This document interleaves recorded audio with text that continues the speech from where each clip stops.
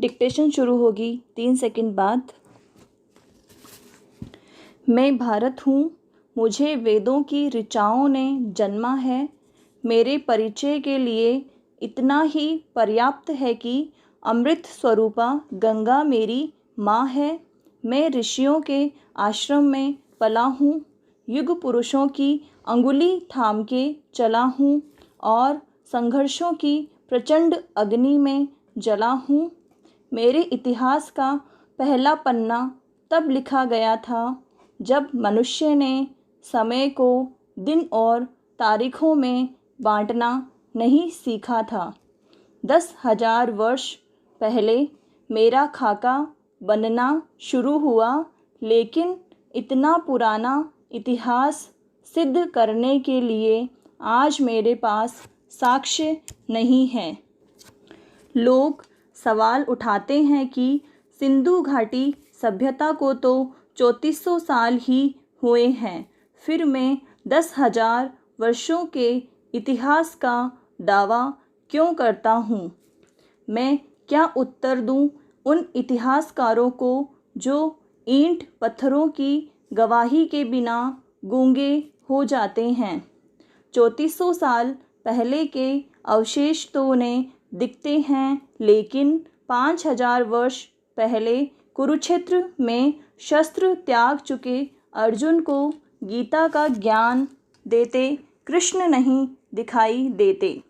7,000 वर्ष पहले सरयू के तट पर सूर्य को अर्घ्य देते श्री राम नहीं दिखाई देते और 8,000 वर्ष पहले रची गई ऋग्वेद की ऋचाएँ नहीं दिखाई देती।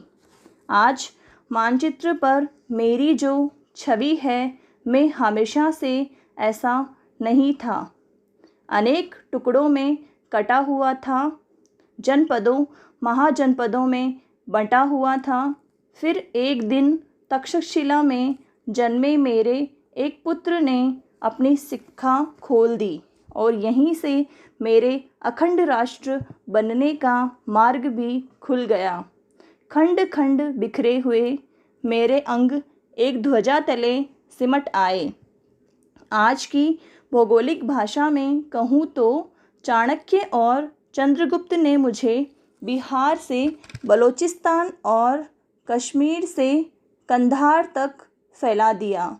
मैं अपनी भुजाओं का विस्तार देखकर प्रसन्न था, लेकिन अशोक की वीरता अपने दादा चंद्रगुप्त के साम्राज्य को कुछ और बढ़ाने के लिए संकल्पबद्ध थी। अशोक ने मेरे बाजू तक्षशिला से ईरान तक खोल दिए। मेरा विस्तार पूरे विश्व को अचंभित कर रहा था, भौगोलिक और आध्यात्मिक दोनों रूपों में। एक तरफ मेरे हाथों में चमकती हुई तलवारें लहरा रही थी, तो दूसरी ओर मेरे गले से बुद्ध और महावीर की वाणी गूंज रही थी। फिर कई सदियां बीत गई। मैं समय के धरातल पर कभी दौड़ा, कभी चला, कभी घुटनों के बल रेंगा, लेकिन रुका कभी नहीं। मुझे कृष्ण के वचन हमेशा याद रहे, यदि मैं सीधे हाथ से कर्म करूँगा तो मेरे उल्टे हाथ में विजय अवश्य होगी। कर्मयोग के सिद्धांत पर चलता हुआ मैं वैभव और संपदा के शिखर पर जा पहुँचा। मुझे सोने की चिड़िया कहा जाने लगा और मेरी चमक सुदूर देशों में बैठे लुटेरों और आक्रमणकारियों को लुभाने लगी। अरब महमूद, तुर्क, तैमूर, मंगोल घोड़ों पे चढ़ के धूल उड़ाते हुए आए और मेरे मंदिरों का सोना चुरा ले गए। मेरे ग्रंथ जला दिए, मेरा इतिहास छिन्न भिन्न कर दिया।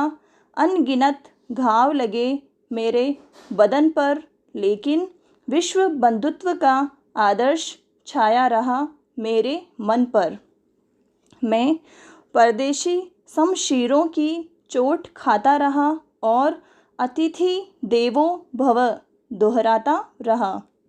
मेरी यही शांति प्रियता 7 समंदर पार से आए हुए अंग्रेजी सौदागरों के लिए वरदान बन गई। मेरे राजाओं के दरबार में जमीन पर नाक रगड़ने वाले गोरे अचानक राजसत्ताओं के स्वामी बन बैठे। विक्टोरिया की भेजी हुई बेड़ियों ने मुझे ऐसे जकड़ लिया कि मेरी रक्तशिराएं पीड़ा से कराह उठी। सैकड़ों वर्षों तक विश्वासघात के धुएं में मेरा दम घुटा। मुझे याद भी नहीं आता कि कितनी बार गरिमा की, कितनी बार मेरा स्वाभिमान लुटा। लेकिन मैंने भी ऐसे लाल पैदा किए थे जो रंग दे बसंती गा के मेरे लिए फांसी के तख्ते पर झूल गए। ऐसी बेटियां जन्मी थी जो दूध मुहे बच्चे को पीठ पर बांधकर अंग्रेज़ों से जा भिड़ी और उनकी लाल वर्दियों के आगे धागे खोल दिए। मेरा एक बेटा अल्फ्रेड पार्क में एक पिस्तौल लिए अनगिनत अंग्रेजी राइफलों से लड़ गया और जब पिस्तौल में आखिरी गोली बची तो वंदे मातरम बोलकर मेरे चरणों में भेंट चढ़ गया। जो हाथ मेरी ओर बढ़े मेरे वीरों ने काट कर फेंक दिए। जो आंखें मुझ पर उठी वो बुझ गई हमेशा के लिए।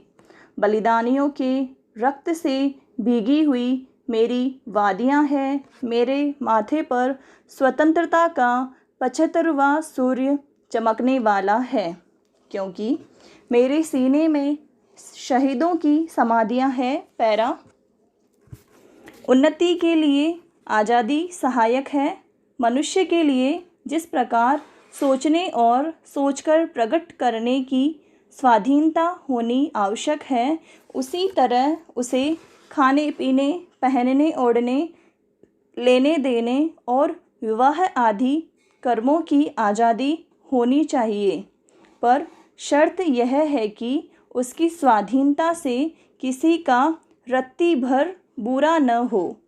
सब बातों की स्वाधीनता के मायने हैं मुक्ति की ओर बढ़ना, और यही पुरुषार्थ है। उस काम में सहायता करना परम पुरुषार्थ है जिससे और लोग शारीरिक, मानसिक, आध्यात्मिक स्वाधीनता की ओर बढ़ें। इस स्वाधीनता की स्फूर्ति में जिन सामाजिक नियमों के द्वारा बाधा पड़ती है वे अकल्याणकर हैं, बुरे हैं। इसलिए ऐसे नियमों को शीघ्र नष्ट करने का प्रयत्न करना चाहिए। व्यक्ति को बलवान बनने की कोशिश करनी चाहिए। कमज़ोर दिमाग कुछ भी नहीं कर सकता। सैकड़ों प्रलोभनों पर विजय प्राप्त करके कमजोरियों को दबाकर यदि तुम सत्य की सेवा कर सको तो सचमुच तुम में एक ऐसा दिव्य तेज भर जाएगा कि उसके सामने तुम्हें जो कुछ असत्य जंचता है उसका उल्लेख करने की हिम्मत औरों की नहीं होगी। जिसकी सहायता से इच्छा शक्ति का वेग और स्फूर्ति अपने वश में हो जाए और जो मनोरथ सफल हो सके वही शिक्षा है। मस्तिष्क में अनेक तरह का ज्ञान भर लेना, उससे कुछ काम में न लेना और जन्म भर अच्छे भावों को काम में लाकर लाभ उठाना चाहिए, जिससे वास्तविक मनुष्यत्व, चरित्र और जीवन बन सके। कुछ इम्तिहान पास करना अथवा धुआंधार व्याख्यान देने की शक्ति प्राप्त कर लेना शिक्षित हो जाना नहीं कहलाता। जिस विद्या के बल से जनता को जीवन संग्राम के लिए समर्थ नहीं किया जा सकता, जिसकी सहायता से मनुष्य का चरित्र बल परोपकार में तत्पर और सिंह का सा साहसी नहीं कहा जा सकता, शिक्षा तो वही है जो मनुष्य को अपने पैरों पर खड़ा होना सिखाती है।